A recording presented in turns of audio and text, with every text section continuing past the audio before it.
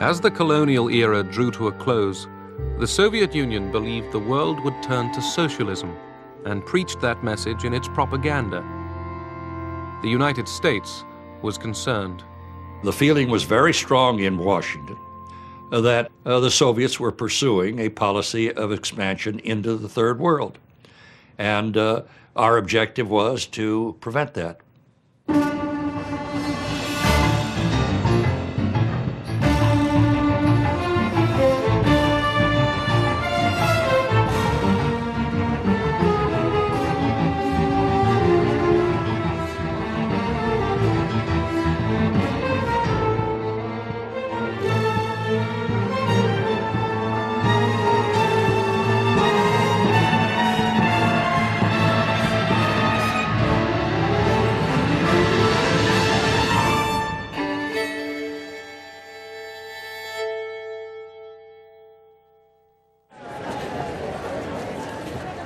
Nikita Khrushchev and Gamal Abdel Nasser changed the face of Egypt.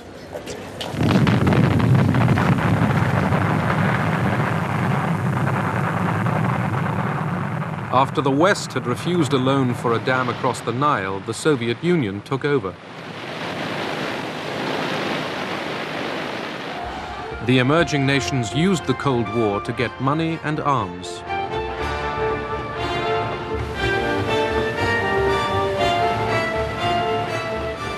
The developing world was being courted.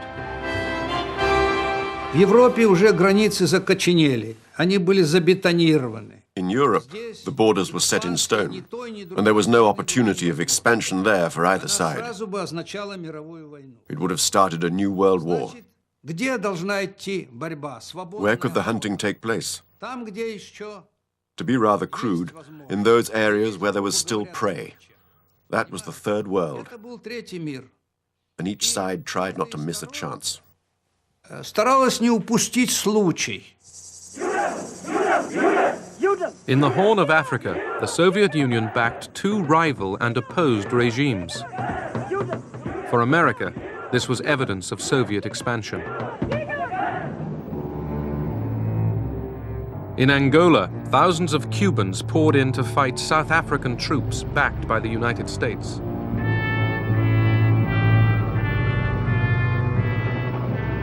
In Egypt, the Soviet Union supplied arms cheaply and on credit.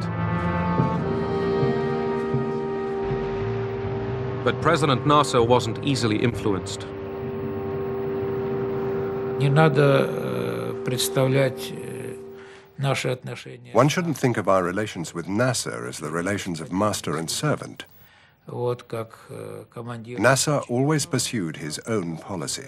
вел свою политику.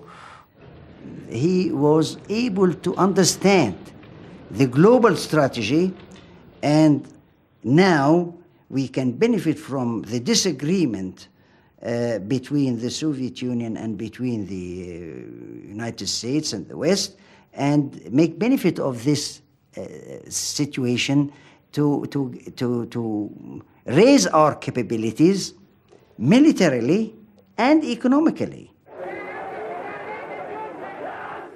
Nasser was the hero of the Arab world. The Egyptians rallied for war.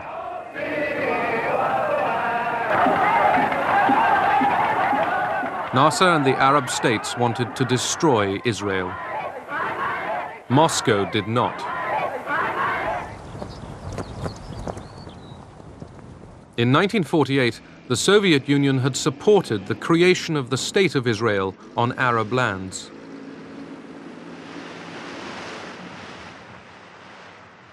By 1967, Israel's 2.5 million Jews were surrounded by 90 million hostile Arabs. Israel felt insecure. The threat from Egypt became intense. Israel had America's political backing, but not her weapons. Would Israel get America's support for a surprise attack? President Johnson asked us to bring Israel's foreign minister to the family quarters of the White House. And to speak rather crudely about it, the intent was to work him over to persuade him is perhaps a more polite term, to avoid a preemptive attack. We thought we had persuaded him.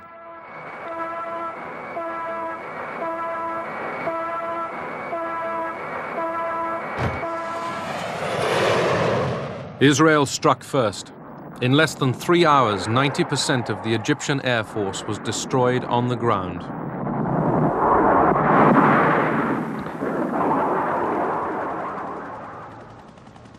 The Israelis seized East Jerusalem. Jews were able to pray at the Wailing Wall again. The Israelis pressed on. Within 6 days, the armies of Egypt, Syria, and Jordan were routed.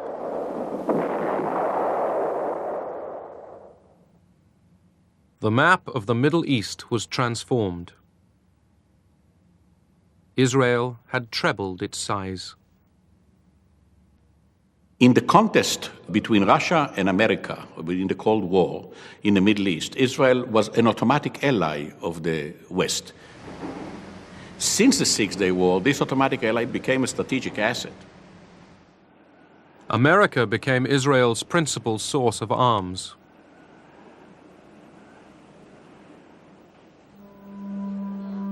In the occupied territories, 1 million Arabs fell under Israeli rule.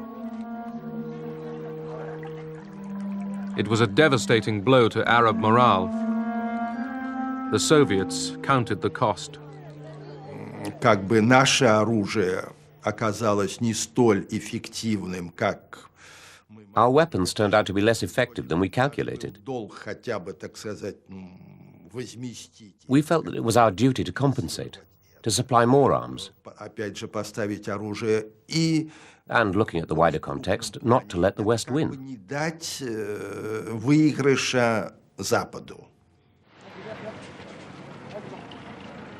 September 1970, grief in Egypt at the death of President Gamal Abdel Nasser.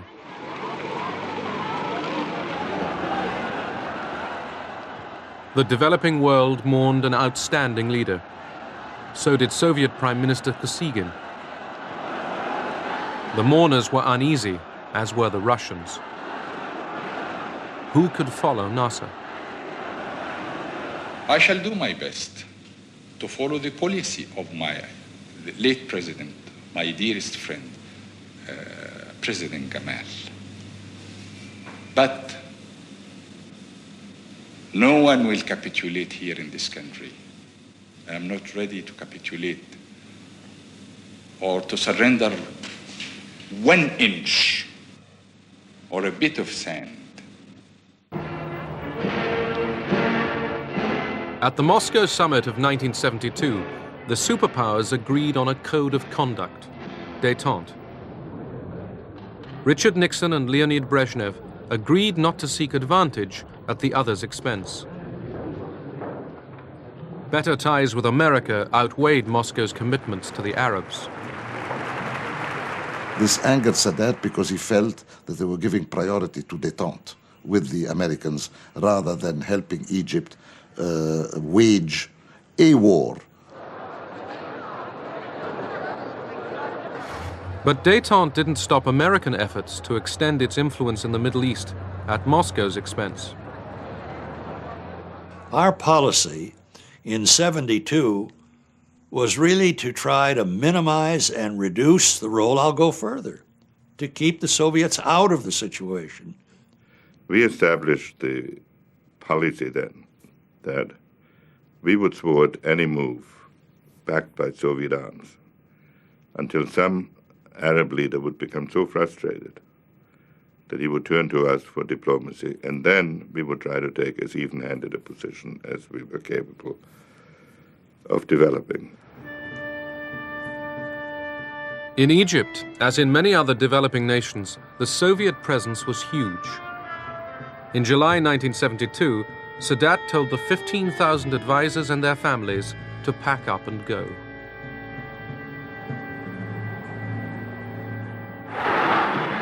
It was a bold power play. Sadat's move boosted his popularity and showed how little control the Russians really had. by October 72, they decided to come back to the support of Egypt. And then Sadat make benefit from that. He says, well, I expel them to express power so that they would give us what we need. And strange enough, we had arms deal after the October, which was one of the biggest arms deal we've got with the Soviet Union. Sadat needed the arms. He was planning to end the uneasy peace. He wanted to go to war. He needed to go to war. He felt he couldn't do otherwise. He considered that negotiations were impossible without some heating of the whole process. I mean, some shock therapy. Yom Kippur, Israel's most holy day. 4,000 Egyptian troops and tanks surged over the Suez Canal.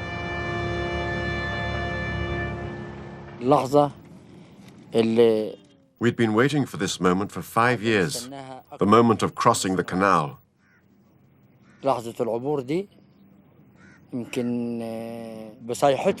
Our cries shook the ground under the Israeli enemy.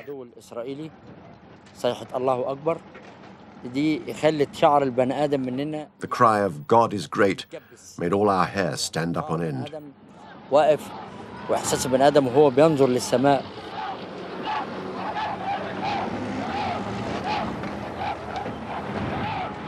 The Egyptian army sped ahead, eager to retake lost territory.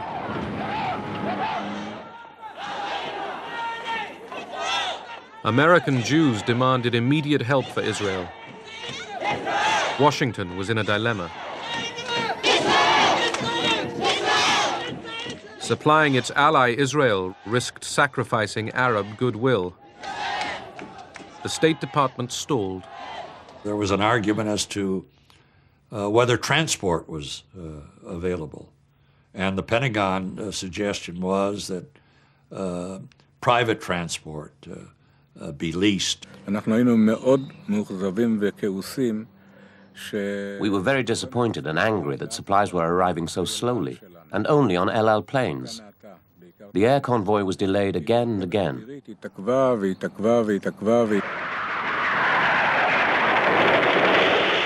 The Egyptians kept up their attack. The United States began to understand that we were in a serious situation when we suddenly changed our tune from this very blithe, typically Israeli self-confidence to a report that as a result of what happened, we were losing our lifeblood.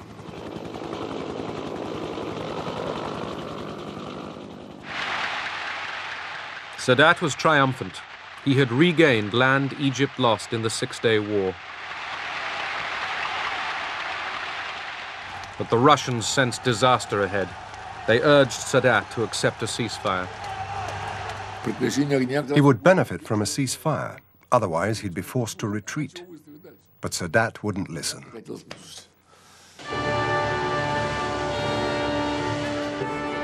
In Washington, President Nixon ended the delay over the arms shipments.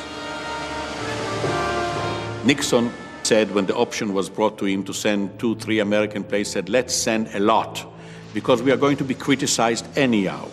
And we will be criticized for whatever we do, for 1 plane or 2 planes, for 40 planes. So let's do it in an effective way.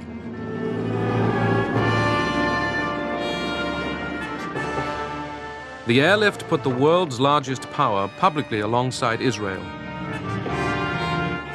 Now it was Moscow's allies that faced defeat.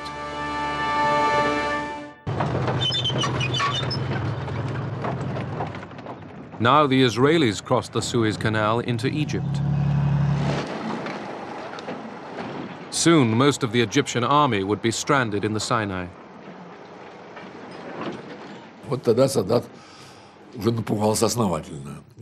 Then Sadat got terrified. He spoke on the phone directly to Brezhnev. I was there.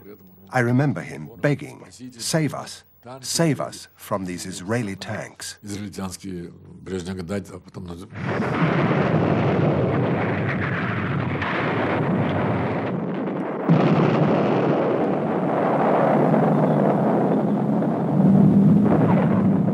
Cut off in the desert, the Egyptians faced defeat. Moscow called for a ceasefire.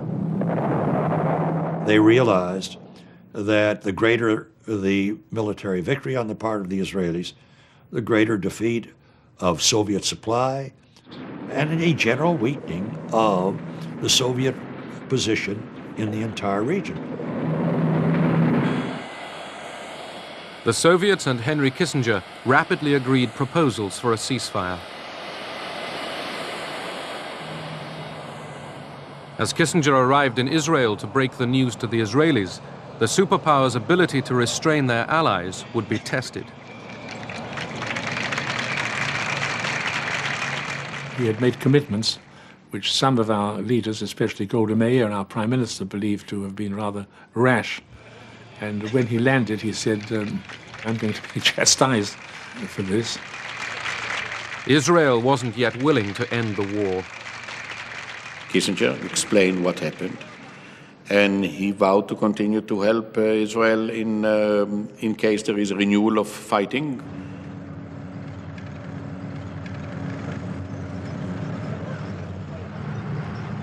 With America's connivance, Israel stepped up its onslaught. The Soviets were outraged.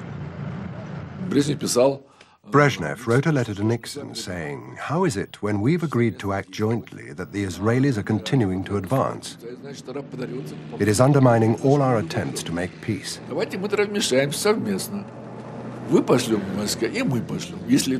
We suggested that both the Americans and the Soviets send troops to the Middle East to make Israel accept the ceasefire. But there was also a sentence that said, if you won't do it, we will have to consider unilateral action. The Soviet leaders had every reason to look at this as if there had been some sort of a plot.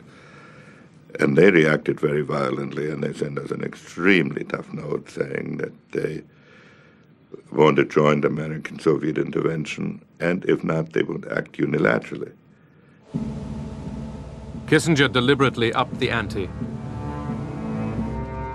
Determined to forestall any Soviet intervention in the Middle East, he placed American nuclear forces on heightened alert. The basic purpose was to generate a lot of traffic that the Soviet Union would pick up before they received our reply to know that this was getting serious. Moscow didn't react to the alert. They had already abandoned the idea of unilaterally sending troops. That was clearly a political victory for the United States, a major political victory that had repercussions in a Cold War far beyond the Middle East.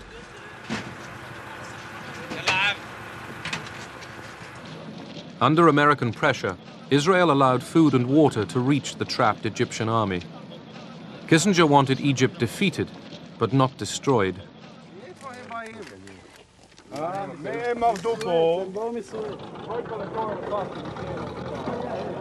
With the Israelis just 100 kilometers from Cairo, the Egyptians were forced into their first ever face-to-face talks with Israel. Moscow was not involved. The Egyptians saw that the vehicle for getting on with what subsequently became disengagement agreements between Egypt and Israel, that it was the United States that carried all the cards. Henry Kissinger became the world's most famous frequent flyer. Shuttle diplomacy gave him easy access to Sadat. The relationship had fundamentally changed. I mean, since the war, Sadat believed that the main global party he should woo was the Americans. Kissinger's travels didn't bring about permanent peace. They showed America was winning the Cold War in the Middle East, but there was a price to pay. Я думаю, что эти события, они оказали... These events unfavorably affected the process of détente. на разрядку в том смысле, They strengthened the mistrust of the Soviet Union towards the United States. недоверие Советского Союза к Соединенным Штатам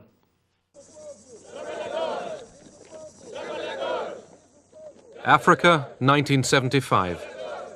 The last colonial empire was dying, and the people of Angola reached for freedom. Fresh hunting grounds for the Cold War superpowers. As Portuguese troops pulled out of Angola, three groups jostled for power. America's fears were aroused. When Bill Colby, the CIA director, went to brief the National Security Council in the White House the first time on this, his briefing was literally, "Gentlemen, this is a map of Africa, and here is Angola." Now, in Angola, we have three factions. There's the MPLA, they're the bad guys. The FNLA, they're the good guys. And there's UNITA and Jonas Savimbi we don't know too well.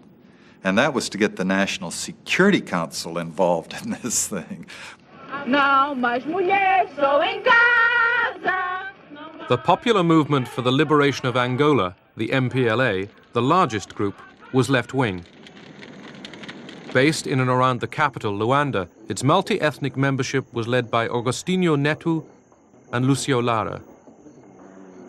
In the 1960s, it had received training from Cuba and arms from Moscow.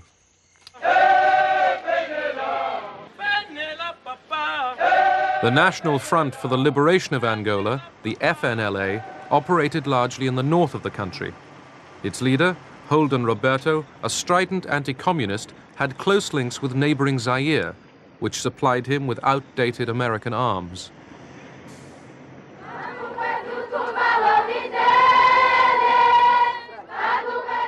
The National Union for the Total Independence of Angola, UNITA, led by Jonas Savimbi, was based in the south of Angola. A charismatic leader, Savimbi decided that American backing was the key to power.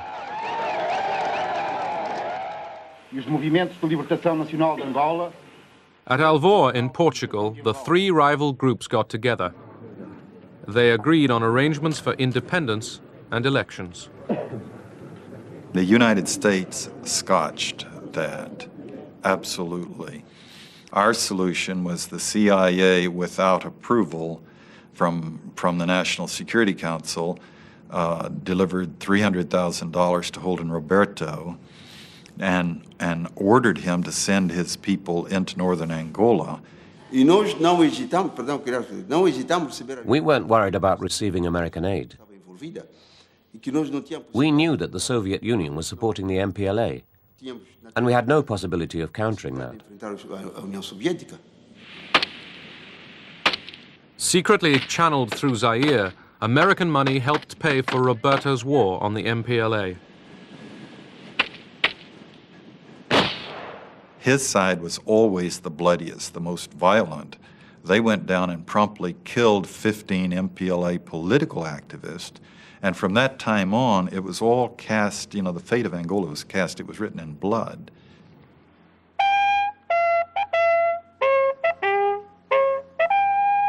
The Americans were not sure that Roberto's troops could defeat the MPLA. The Central Intelligence Agency sent John Stockwell to investigate. Roberto said he had 30,000. I had trouble counting 30. Badly armed, disorganized, kind of rabble kind of troops. And he was a cocktail party cowboy. He'd spent his whole career politicking in Kinshasa. He knew nothing of military operations or logistics or organization. Then Stockwell went south to UNITA's headquarters.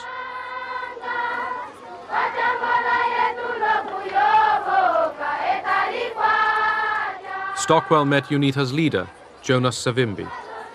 I found a different kind of revolutionary. He'd spent the entire time inside Angola, 20 years.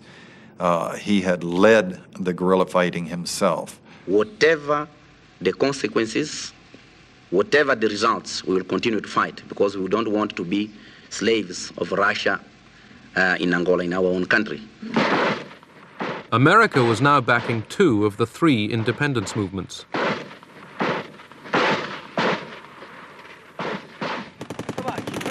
Washington ruled out intervention in Angola with American troops. Instead, it turned, secretly, to South Africa.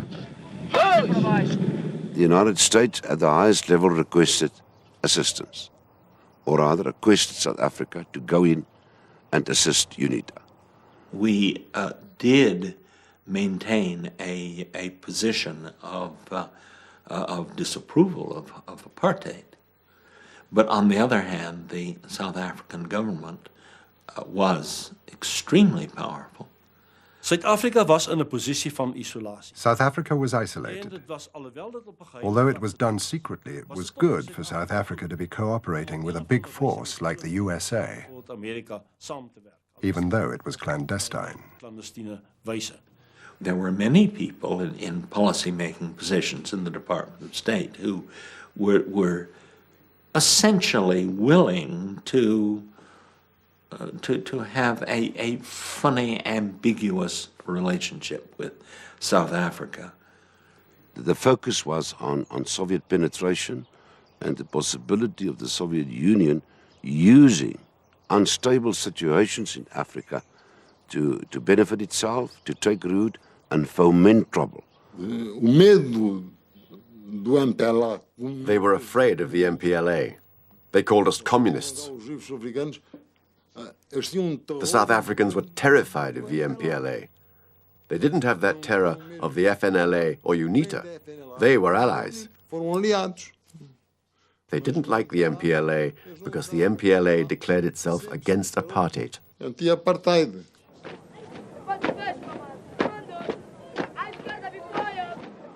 In Luanda, the MPLA was staging parades. In the countryside, it was losing control. We were alone, poorly equipped, poorly trained, poorly armed. We requested help from the Cubans to help us resist that aggression. Keen to show leadership in the developing world, Cuba sent 400 military instructors to Luanda. Moscow hadn't been consulted.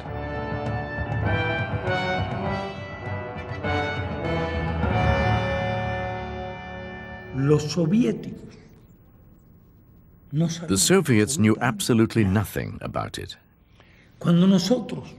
We took the decision because of our long-standing relations over many years with NATO and with the independence movement in Angola.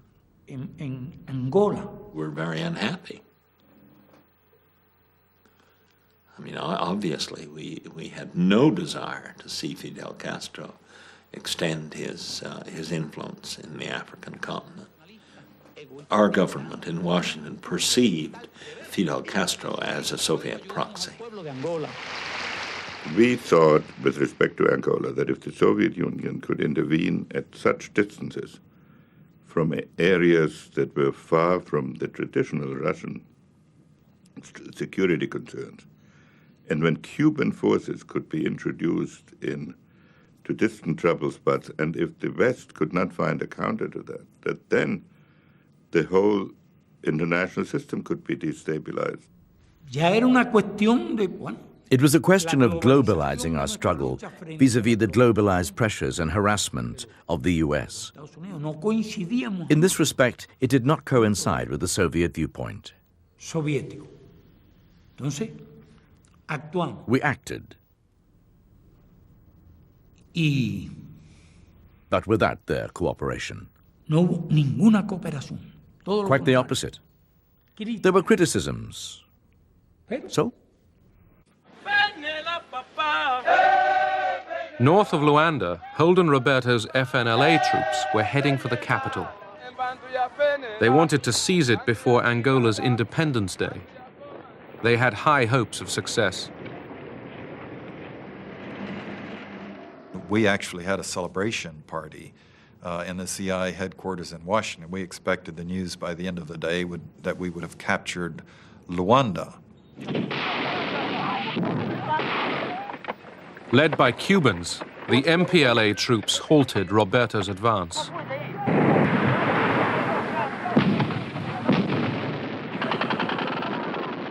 In the middle of the valley, about 2,000 122-millimeter rockets began landing. and we had nothing to answer with, and our forces broke and ran. The military force of the FNLA had been blunted. America's ally was in trouble. A bigger challenge now faced the MPLA. In October 1975, South African troops had invaded Angola. From their bases in Namibia, they had joined forces with UNITA. We advanced approximately, I think, something like 80 kilometers a day. By this time, our troops were getting good. I mean, they were really getting on with it now. They were out of those vehicles and into assault formations, would shoot the hell out of these people, you see, and then they would back up and move because they didn't expect us. The South Africans were helping UNITA, and Zaire was supporting the FNLA. So it was only fair that the MPLA asked the Cubans to come and support us in the struggle against the invasions.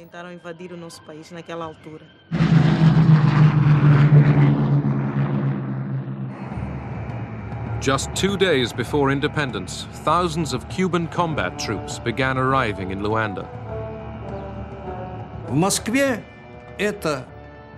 In Moscow, this was greeted without enthusiasm. It was only when the Cubans had landed that we got involved. Because the Cubans kept asking us for help.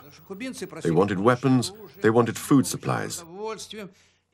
Once we started sending things to Angola, we were soon in over our heads, even though it wasn't in our plans to go there.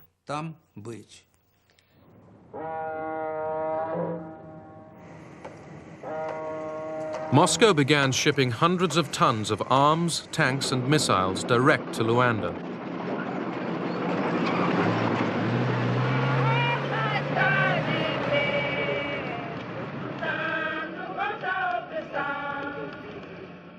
As the MPLA began rehearsals for Independence Day, battles were still raging just miles from the capital.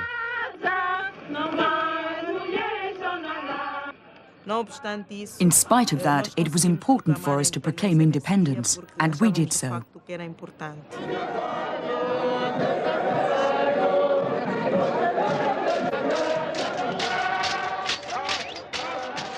The MPLA celebrated Angola's independence in Luanda. Its enemies had failed to take the capital. The 11th of November 1975 was the hardest day in my life. I remembered the 14 years I'd been fighting. I remembered the dead, all those who had made sacrifices.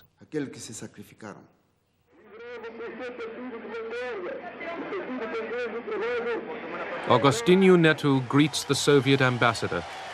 The MPLA was recognized as Angola's government by the Soviet Union, Cuba, and most of Africa.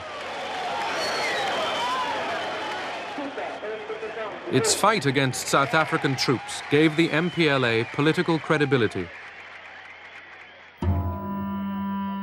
South of Luanda, the Cubans prepared to end the South African advance. It was a decisive battle, because if they broke our defense, it would be very difficult then to stop them getting to Luanda. There were roads going to the north, roads going to the center, many roads, which would have made their advance very powerful and fast.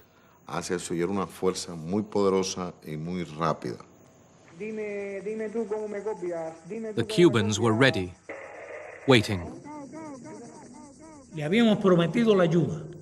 Angola would have been lost. Mobutu's troops were close to Luanda. The South Africans had penetrated over 1,000 kilometers. They were close to Luanda.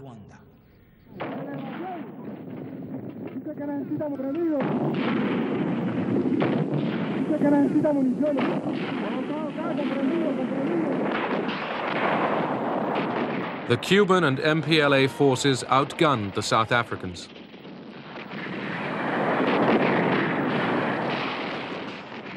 They were shot very badly. I just saw these lorries with blood dripping out of it. It wasn't very nice. And then to go and investigate, and for the first time to see they're actually your own troops It wasn't very nice at all. They left everything on the field. Men, vehicles, weapons. It was a great victory over the South Africans. South African and American hopes of a quick victory over the MPLA were crushed. Washington was running out of options.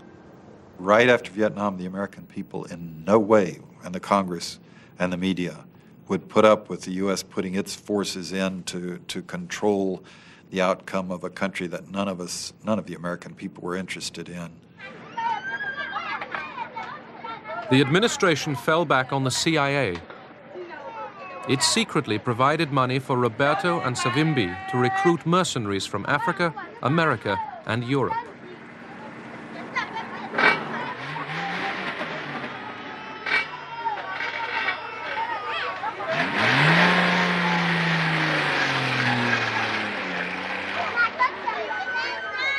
We did kill when we had no particular reason to.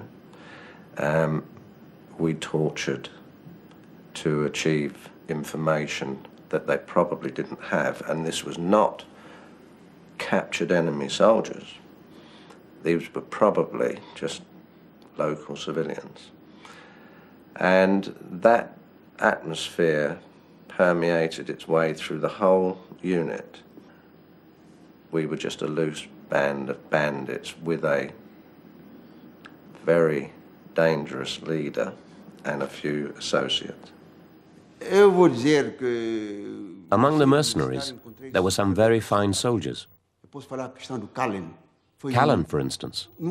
I've seldom seen such a good soldier. He had phenomenal courage. He was a psychopath, a raving psychopath, and a couple of men right near him were psychopaths. 13 mercenaries were captured by the MPLA and put on trial. Callan and 3 others were executed. The CIA was still active. The Congress would have stopped us up front if we had not successfully lied to them, putting in arms, putting in advisors, bringing in South Africa. We kept it propped up for a while, but opposition was mounting. Still shocked by events in Vietnam, the Congress cut off additional CIA funds for Angola. This abdication of responsibility by a majority of the Senate will have the gravest consequences for the long-term position of the United States and for international order in general. A great nation cannot escape its responsibilities.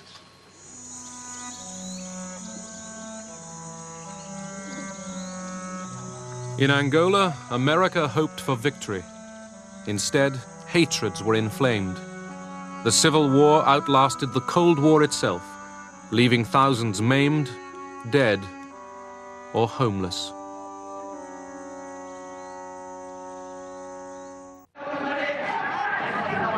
In 1977, the great powers' attention shifted to the Horn of Africa. As regimes changed, so did alliances. The Soviet Union and the United States switched sides easily.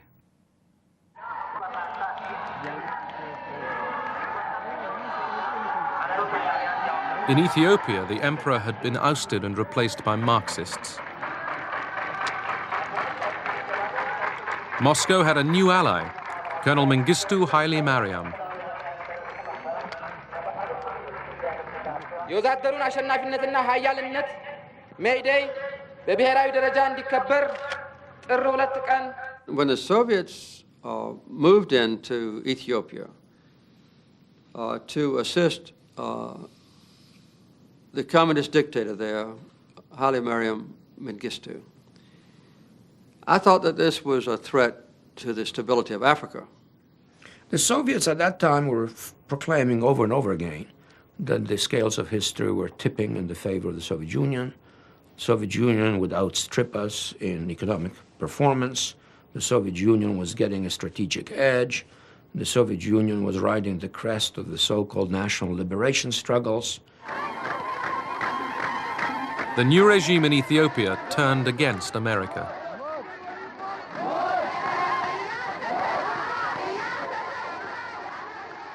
Mengistu expelled most of the Americans from Ethiopia in the following months, arrogantly terminated the American aid program. Neighboring Somalia had been a Soviet ally for years. Somalia's army was equipped with Soviet weapons.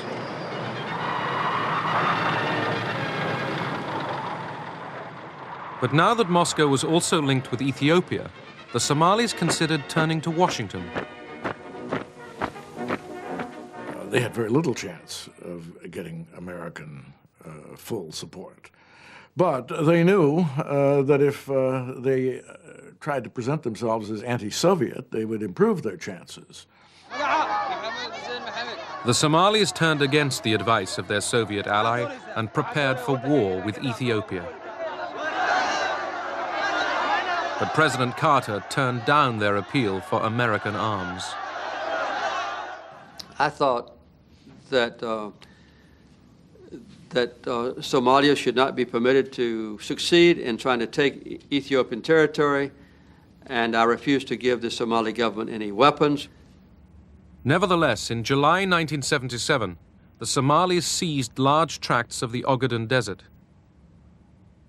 The Soviets tried to stop the advance through diplomacy. Gromyko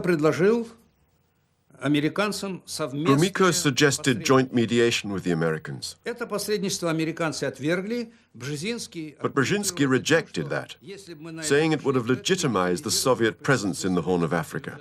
Brzezinski felt that the American presence was legitimate everywhere, but the Soviet presence wasn't.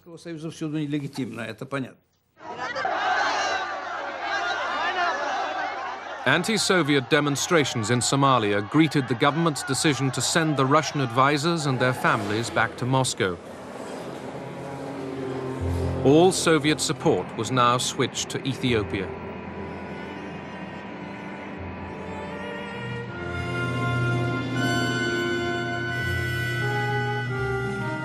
The Soviet Union began shipping in weapons and 15,000 troops to fight in Ethiopia. The troops were Cuban.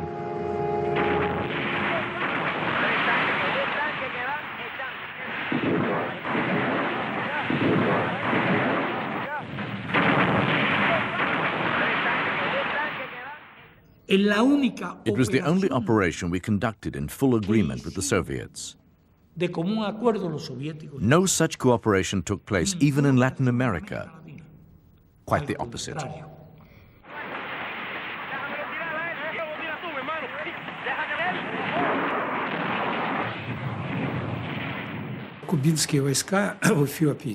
The Cuban troops in Ethiopia played a very important role. The Ethiopians couldn't have provided the military organization to destroy the Somali troops in such a short period of time, even with our help.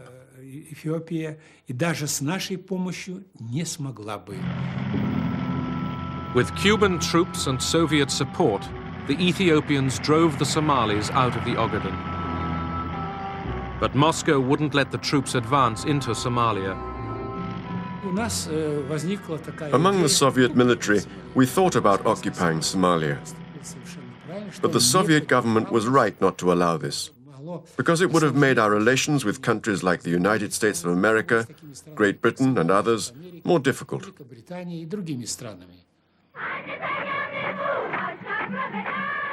Mengistu Haile Mariam basked in glory. The Cubans and Soviets had saved his regime.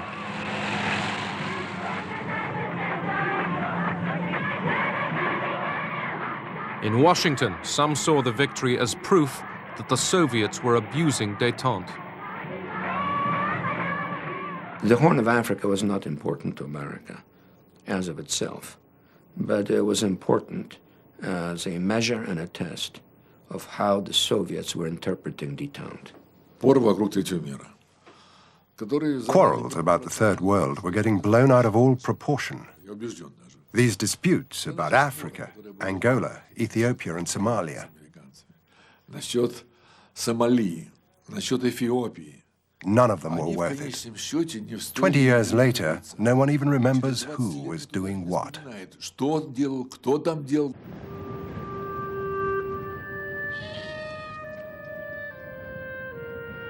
In the hunt for Cold War gains, the superpowers spawned an arms race in the developing world.